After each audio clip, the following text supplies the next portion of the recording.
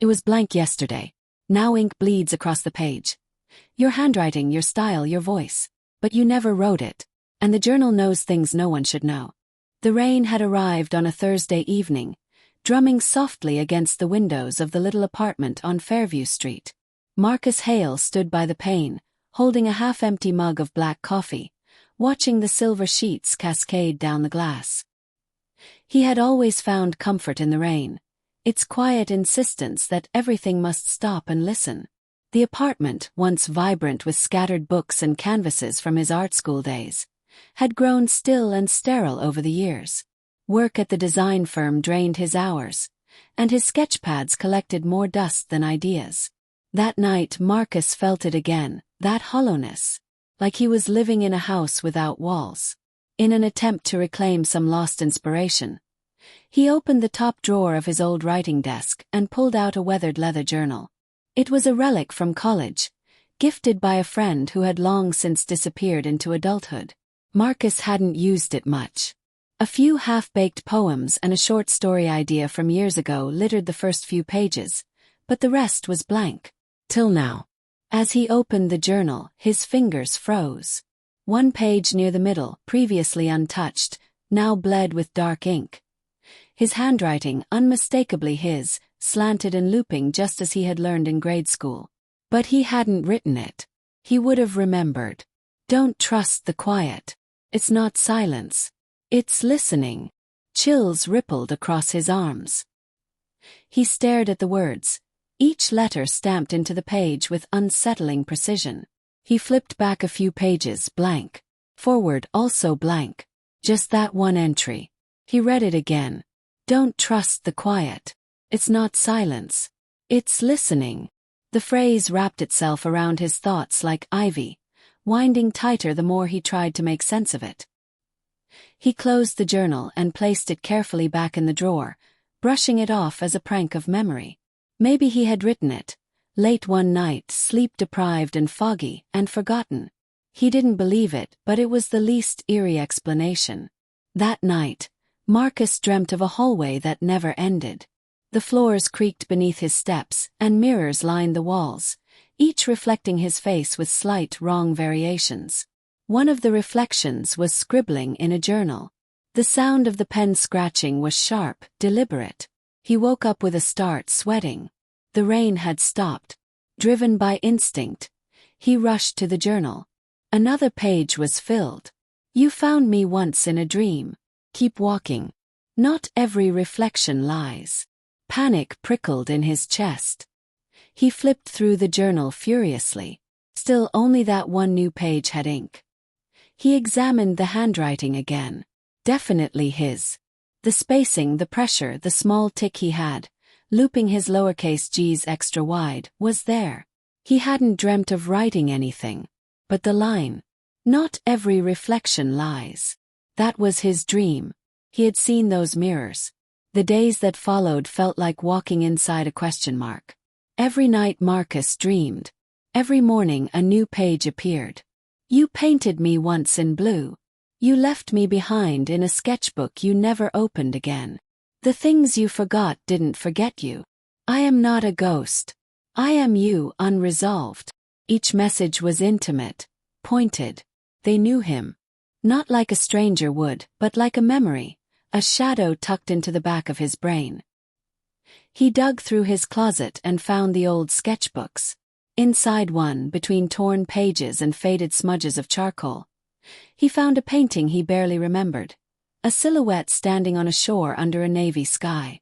No face. Just a figure, half-blurred, looking into the dark. The painting's title. Unfinished. He stopped going to work. His boss left voicemails he didn't return. The apartment grew messy with scattered papers, old photos, forgotten pieces of his past, searching for something that made sense. He started writing back. He took a pen, turned to the journal's next blank page and wrote, "Who are you?" The next morning, a reply bled through just beneath his words. "I'm who you tried to erase." The messages became more vivid, more invasive. Once, he woke to find ink had leaked out of the journal and onto his desk, spiraling into words that vanished when he blinked. Sometimes the journal was open before he even touched it. Sometimes the ink hadn't dried yet. But the final message broke the pattern. You left me in the fire. Come back and finish the story. Marcus didn't remember any fire. But the phrase sent him digging into his past. Boxes from childhood, letters from college friends, old drives. Then he found it. A photo of him and a boy named Elliot, arm in arm, smeared in paint, laughing in a dorm room. He hadn't thought of Elliot in years. They were inseparable once, until a fight tore them apart. There had been a fire in the art building. Marcus had lost most of his work. He remembered standing outside watching the flames eat years of sketches. Elliot's last message, never answered, had been left on Marcus's phone. You can't keep running from yourself. He opened the journal again. One last page. This is the wrong page, but it's the only one you'll read. Stop pretending you don't remember. We made something beautiful once. You buried it. Unbury me. Marcus understood then. The journal wasn't haunted. It wasn't cursed. It was remembering for him. All the lost things he had chosen not to face. Unfinished art, abandoned friendships, forgotten dreams. They were bleeding through, refusing to stay silent. The journal had simply become a mirror for what he had buried too deep to see. So he began to write. Not out of fear, but out of obligation. To the boy he was, to the people he hurt, to the art he abandoned.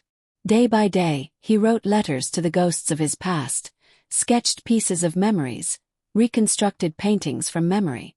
The journal stopped writing back. It didn't need to. Marcus had finally picked up the pen. And this time it was the right page. But healing wasn't sudden. It was a slow unraveling. Each morning began with coffee and silence. Not the suffocating kind anymore, but the kind that came when something inside you was shifting, making space for truth. He kept the journal open now, not as a threat, but as an invitation. He didn't wait for ink to appear on its own anymore. He filled the pages with apologies, sketches, pieces of poetry he'd thought were too broken to complete. And in turn, the journal stayed silent. No new ghostwritten phrases. No ink bleeding through the paper. Whatever voice had spoken to him, memory, subconscious, or something stranger, it had gone quiet, as if satisfied. But the quiet no longer frightened him. One rainy night weeks later, as thunder rumbled in the distance, Marcus found himself sketching the old dorm room from memory. Elliot's desk, shelves, posters, the corner where they used to lay out their canvases, dreaming of gallery shows and street murals. He hadn't realized how many moments he'd locked away behind time and shame. And that night, for the first time in months, the journal wrote back. You're remembering me. Thank you. Just 6 words. But they struck something deep. A warmth, a release, like exhaling a breath he didn't know he'd been holding for years. He placed his hand on the page. The ink was still damp. Marcus started seeing Elliot in his dreams again. Not distorted or half-formed, but as he was. Laughing with paint on his cheek. Running through campus with a sketchpad under his arm. They walked the endless hallways together now. The ones that used to haunt Marcus. Only now, the mirrors on the walls reflected them properly. No strange expressions, no uncanny shadows. Just 2 boys chasing an idea. One night, Elliot said, "You're almost there." Marcus asked, "Where is there?" Elliot shrugged. "Where you stop trying to forget me." One morning, Marcus walked into his apartment's storage closet, a place he'd avoided for months. It was crammed with unopened boxes, canvases, and supplies he hadn't touched in years. He dug through them, pulling out one old wooden crate at the back. It had a broken handle and smelled faintly of burnt wood. Inside was a stack of charred sketchbooks. Most were damaged beyond recognition, but one, at the bottom, had only minor burn marks. He opened it with trembling hands. There, on the first page, was a title he didn't remember writing. Ink on the wrong page. Hit him like a wave. That was the name of the story he and Elliot had started together in college. A fantasy novella about 2 artists who traveled between dimensions through paintings. They'd written pages of world building, sketches of cities built from brushstrokes, characters born from color and contrast. He remembered now how they argued about the ending. Marcus wanted a tragic finale. Elliot had believed in hope. That was the last fight. The last time they spoke. Marcus brought the sketchbook to his desk. He placed it beside the leather journal, took a deep breath, and began to write. At first, the words came slow, like unclogging a drain. Then faster. Then easier. Day after day, he returned to the world they had created, layering it with years of lived experience, coloring the characters with real grief and joy. The fictional cities, once abandoned, now buzzed with life. Marcus wrote scenes that felt like therapy, conversations that mirrored what he wished he had said, resolutions he never gave himself in real life. And through it all, the journal remained nearby, quiet and present like a trusted witness. Months passed. Seasons changed. The story was finished. The final line read. He walked out of the frame, finally knowing which side of the canvas he belonged to. Marcus closed the sketchbook. His hands were steady. There was no tremor of doubt, no fear of ink appearing where it didn't belong. He had filled the right pages now, with memory, with grief, with truth, with forgiveness. And still, as if sensing that the story had closed its loop, the journal left one last message. Thank you for not leaving me unfinished. He smiled and whispered aloud to the empty room. Thank you for reminding me I was never alone. That evening, Marcus took the sketchbook and the journal and walked to a small community gallery downtown. He hadn't stepped inside one since college. But this time it wasn't to observe, it was to contribute. The exhibit was called Second Chances. They hung his piece near the back, a display of the story's original burned pages side by side with his recent artwork. In the center, framed under glass, was a page from the journal. It simply read, "We are all just stories trying to finish themselves."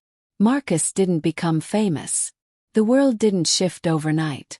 But something had shifted within him. He painted again. He wrote again. He reconnected with old friends. Even reached out to Elliot's family, who told him that Elliot had passed away in a car crash 3 years after their falling out. That knowledge broke something in him, but also it mended something else. Because Elliot had never truly left. Not in the dreams. Not in the story. Not in the ink. Now, whenever Marcus teaches new art students, he tells them this. Sometimes the wrong page is the one that saves you. Pay attention to what keeps coming back, even when you think you've forgotten it. And when they ask about the old leather journal he keeps on the shelf, with the ink-stained cover and torn edges, he just smiles and says, "That journal helped me finish a story. One I was too scared to write alone." The end. Or perhaps, the beginning.